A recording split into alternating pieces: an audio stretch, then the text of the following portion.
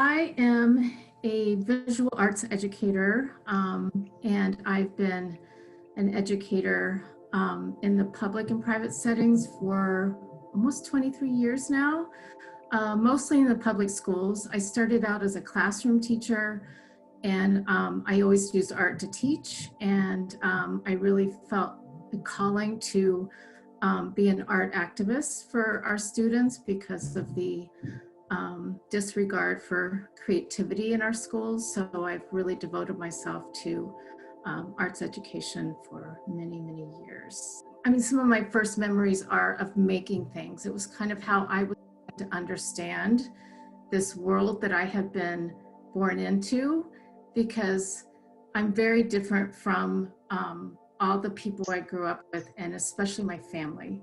And I come from a lot of trauma, and not really knowing as a child how to deal with that, I mean, because children don't understand. And this is, when you're in a place of neglect and in an abusive environment, there's no way to understand that. So my way of understanding was making things. So in around October, started this really intense period of just loss like I have never experienced before. I lost my favorite aunt, and then our dog we had to put our dog down. He was 14, so like a child. And then my heart starting to beat.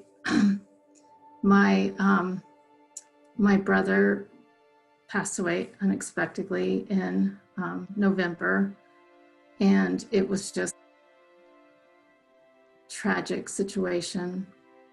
I lost my other brother 2 years ago, and it was also a tragic situation. I was the one that had to fly out to New York during this pandemic and handle all things connected to him.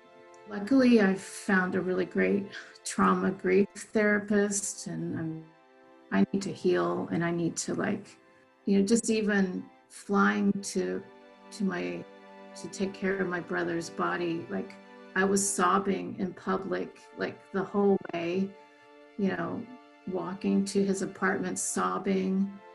And I'm not a crier, and especially a public crier at all. Absolutely not. So I just couldn't help it. It's been rough. It's been an awakening. In my environment that I grew up with, and working in the environment that I do, mental health is not discussed. It's a little bit of a taboo, and it's only for certain people. And I feel like I've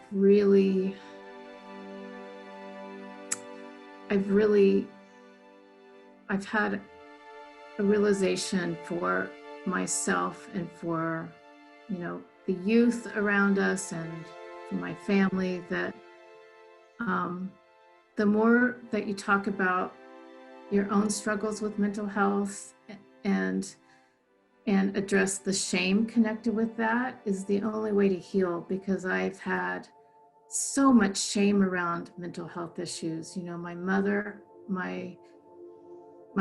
mother had major mental health issues. My mother, my brothers. I've had problems with depression. And I finally met a point that, we have to get over the issue around shame around that. It doesn't make us weak to admit these issues that we have. My first thought was the shame comes from keeping it silent and not ever talking about it, I mean, I even see this sometimes with our students, is they have these traumatic things happen in their life, and we try to meet with the family member to get the child some counseling or mental health support. And most of the time they're like, no, we don't need to do that. We'll just deal with it, you know. And no, you can't deal with that kind of loss and you know, when traumatic things happen. And I think that whole idea of just the silence, you know, let's not deal with it, you know, maybe it'll go away if we don't deal with it. Compartmentalize it, put it in a little box and just, you know, but you know, at some point it's going to come out. There's just, in some shape or form, it's going to come out.